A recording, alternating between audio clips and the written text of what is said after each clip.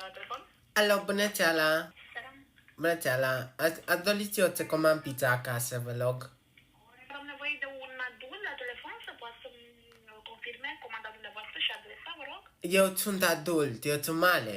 Eu vreau pizza că mie mi-e foame rău, foarte rău. Te rog, Eu înțeleg, dar nu vă pot prelua comanda de te către rog, prezența unui adult. te Trebuie rog, dumneavoastră, te da? rog, dau pe tata, te rog, mi-e foame.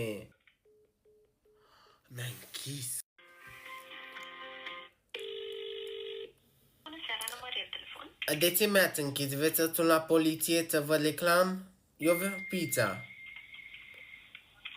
Eu sun la poliție. Eu știu adresa mea. Ați vorbit cu mine, deci nu știu despre ce vorbiți. Doriți să faceți o comandă cu livrare? Da, pizza vreau, pizza. Ok, pe ce adresă ați dori să primiți comanda? Adresa drumul Bineni 21. Ok, dar că o să am nevoie și de un adult care să confirme comanda. E mama la baie, face caca mult acum. Nu iese acum, că face Din caca. păcate, dacă nu dați un adult, nu vă pot prelua comanda. Pe tata, dar tata nu știu ce face. Tata nu e acasă, tata e la culve.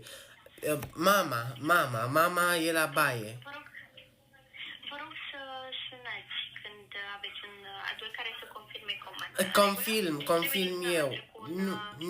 Nu, te Am nevoie rog. de un adult. Dar mi-e foame, veți să multă foame? Vă rog să sunați când aveți un O adult. să mult de foame.